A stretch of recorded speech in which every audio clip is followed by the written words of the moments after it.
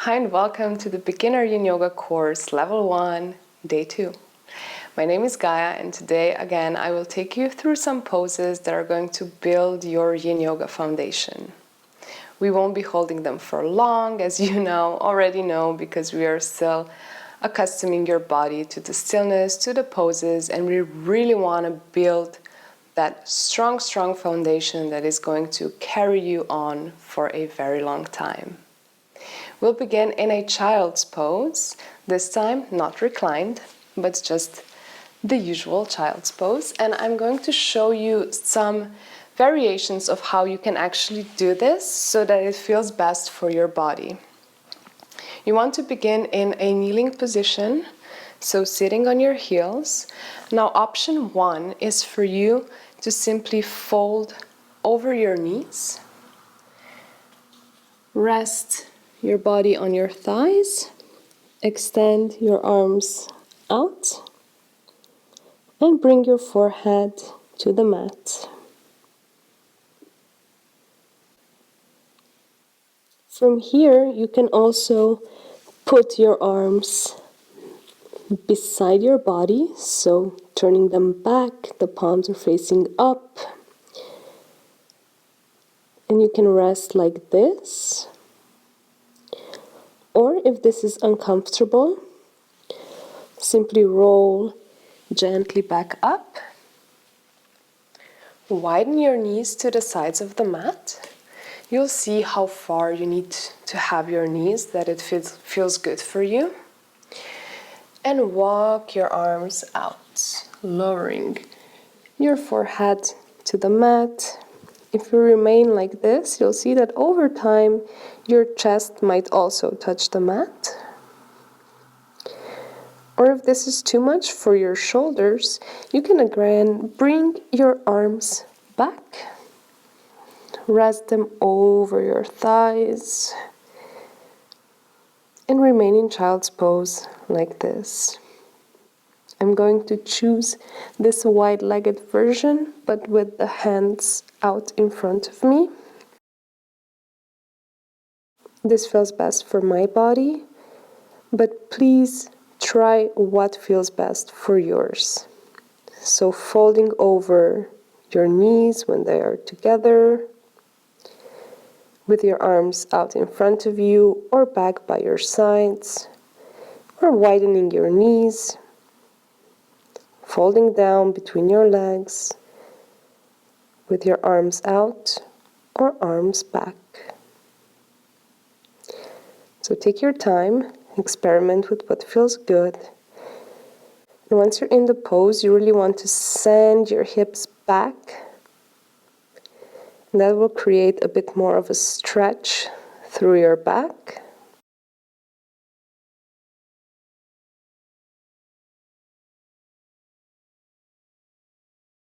I'm pretty sure you can already feel that sensation building. And again, we won't be here for long. This is just for us to explore and familiarize ourselves with the pose. So once you find what suits you, enter stillness, and I will let you know when it's time to come out.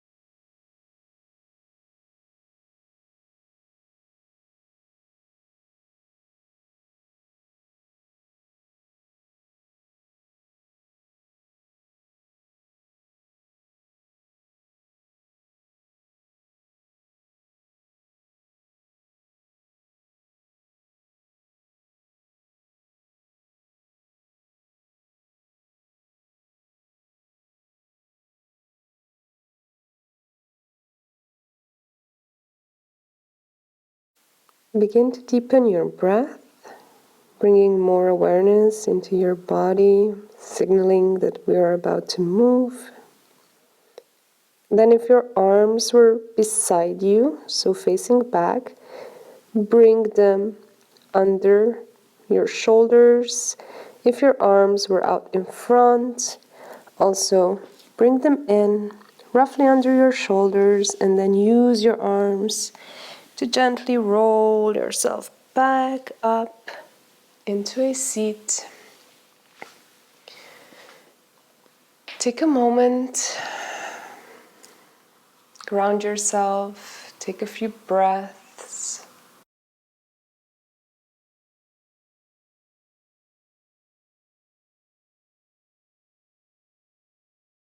And you can remain in this kneeling position because the next thing we'll do is going to be a toe squat. This is an excellent way to stretch our feet. Our feet are often so overlooked in our practice, but they are essential and they really need some support because we are on them most of our days. So for toe squat, we are going to do a modification of a toe squat. You will lean forward, bring your fingertips to the mat, raise your sits bones off your heels, and then tuck your toes. You might have to manually adjust the pinkies so that they are also nicely tucked. And now we won't actually be sitting on our heels because the full expression of this toe squat is to really straighten. But this can be a bit too much when you're doing it for the first time, so I want you to remain on your fingertips. And you can explore how much of the weight you want to shift back towards your heels or how much you want to support yourself with the fingertips. Make sure that your back is nice and long here. And if the fingertips are a bit too much, you can also bring your palms down onto the mat. And that might assist you in bearing the weight a bit easier. I like fingertips just because they give a bit more maneuvering space. And we'll just be here for about a minute. If at any point it gets too much, you can always just uncurl your toes and sit back on your heels. But I really want to invite you to stay in this pose, to breathe, to notice the sensation in your feet, because sometimes the stretch can move up the entire back line of your body and even all the way to your forehead. This is one of the most interesting things in the fascial chain within our bodies, where relaxing and stretching one area can really travel far.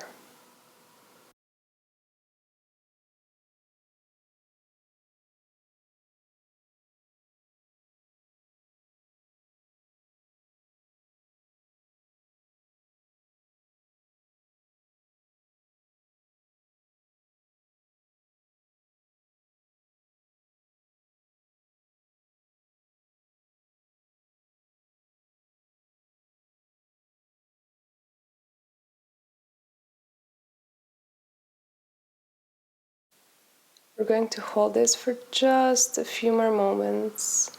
If it's getting too intense, bring more weight forward.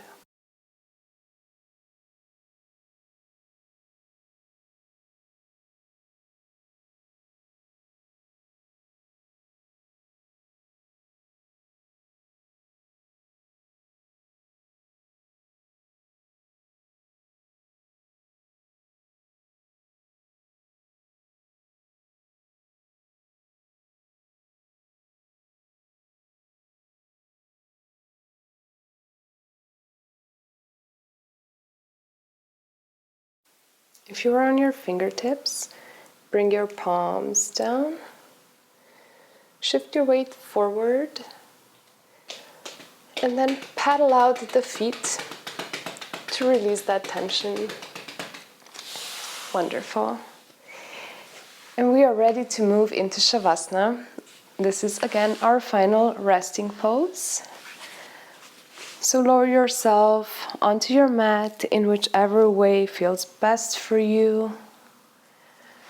Widen your legs, let the feet flop. Bring your arms down with the palms facing up. Make sure that the back of your neck is long, that your shoulders are relaxed. And again, if this is too much for your low back, bend the knees, bring your feet to the mat, widen your stance to the edges of the mat, and then let the knees fall in. So choose whichever variation of Shavasana you need right now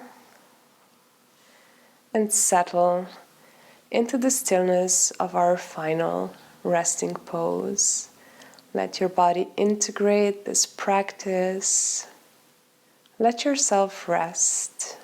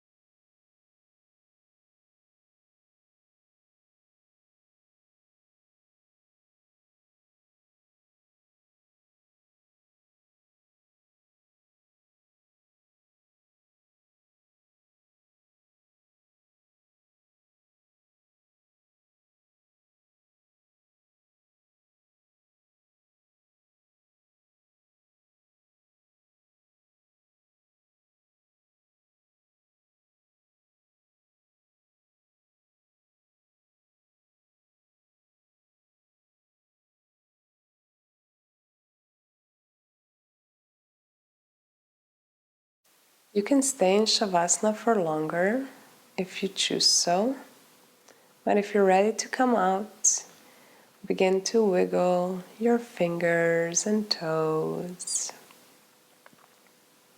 You can do some no motions with your head, really rolling those cheekbones side to side. You can take a nice deep stretch if that feels good. And when you're ready, roll onto one side. Fetal position for a few more breaths.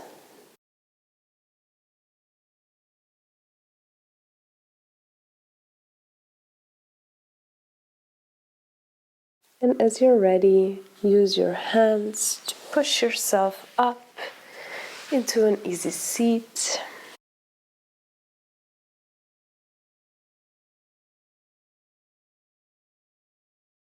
Take another long inhale in and exhale through the mouth.